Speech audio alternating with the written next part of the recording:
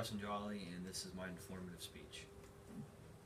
This is my audience, Brock, my mom, my dad, and Kendall, my little sister, is filming today.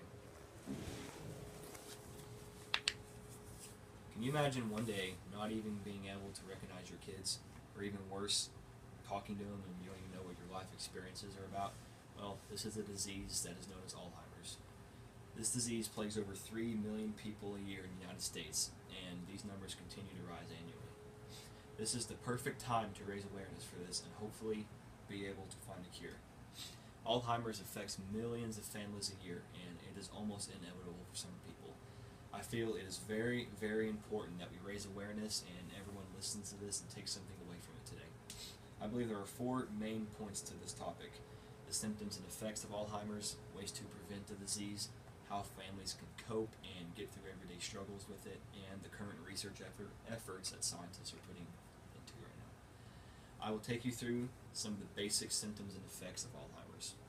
To start off, every single person must be informed of this disease, and they need to ultimately be prepared to encounter this at some point in their lifetime. Every 66 seconds in America, there is somebody diagnosed with this disease. That's according to ALZ.org. The symptoms of Alzheimer's are all very relevant to each other. According to ALZ.org, the main symptoms are trouble with memory, confusion, and just having a struggle getting through everyday life. These take a toll on family, especially when your own mother or father doesn't even recognize you, and they immediately say, "Who are you?" And that's even after you've known them for 30, 40 years. Certain lifestyle habits can also take a toll and make a faster prognosis.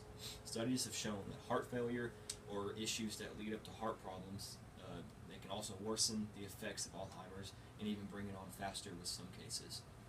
And they even lead to complete loss of the brain and destroy the function of the brain in total.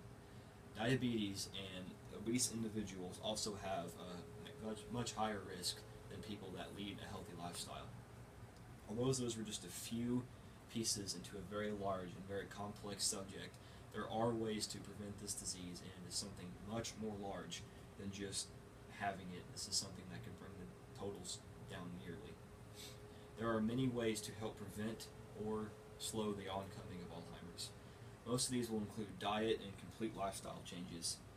Try to avoid trans fats and saturated fats, and those are found in junk food everyday items.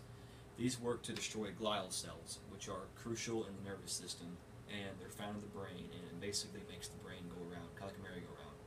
Instead, try to go for omega-3 fish oils, and those can be found in pills, and fatty acids, which are just in normal everyday foods, healthy foods. Another is keeping your mind sharp. This can be done by engaging in conversations, phone conversations, or having strong social relationships with family members or strangers for that matter. This strengthens the neurons in the brain and keeps them from breaking down, which is ultimately what Alzheimer's does. Families are hit the hardest, and when a family member is stricken with Alzheimer's, there can be a bunch of burdens, and you can also seek support from others who have this disease or others who have encountered people with this disease. Step 1 is to take roles and assign tasks to assist the family. It is strongly advised to respect each other and just listen and just don't fight. Families can also share and work out plans to take on roles such as financial roles and roles to help alleviate the stress and care for the sick ones. Seeking outside help can also resolve an ongoing argument or, in general, just big fights that people want to break up for. These can be a counselor, a meditator, or even extended family and friends. To close this speech, I shall talk about the current research efforts and to help spread awareness about this crucial disease and about a potential cure. As of right now, there is no cure for Alzheimer's, or there's no known cure for Alzheimer's, but scientists are hard at work as we speak to find it. This disease, a form of dementia, it slows down the brain until it withers and dies, kind of like a plant, and it is very fatal. The eventual cure will be to completely stop the disease and to stop the progression of it in the brain. There are clinical trials currently that could possibly be a cure, but the Alzheimer's Association is having trouble because they don't have enough volunteers and they're not getting the proper government funding to supply scientists with the steps and tools to get a cure. There are current medications that they vary with each stage of Alzheimer's, but they only slow down and or give the brain a kickstart to kind of get it going and help alleviate mitigate some of the symptoms, and these are all currently FDA approved, which is by the government. I hope that I have left an impression on you and help open up your eyes to this clinical disease. Today, I talked about the 4 main points of Alzheimer's disease: symptoms and effects, the way you can prevent or slow down the disease, how families can cope and kind of get through the rough times, and the current research efforts that are being done. Remember, Alzheimer's is diagnosed every 66 seconds in America, and this accounts for over 3 million people a year, and that's just in the U.S. alone.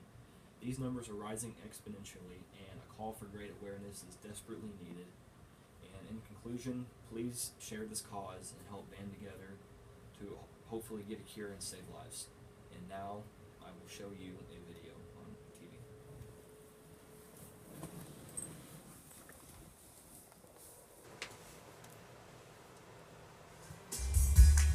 In the time it takes to watch this, you probably could run a quick errand or even fill your gas tank, but staying put will mean an investment in your brain health.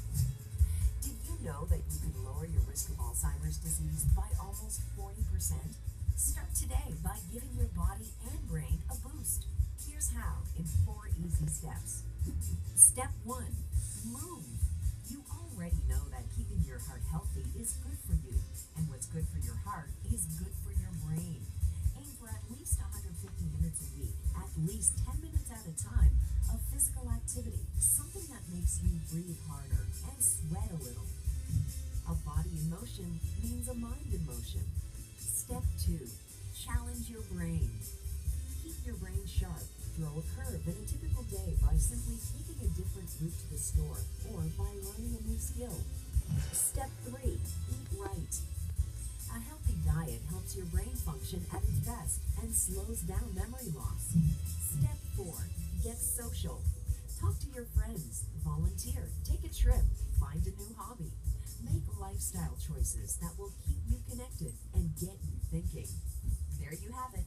Commit at least 10 minutes to yourself today. You and your brain health are worth it. You can do something about dementia.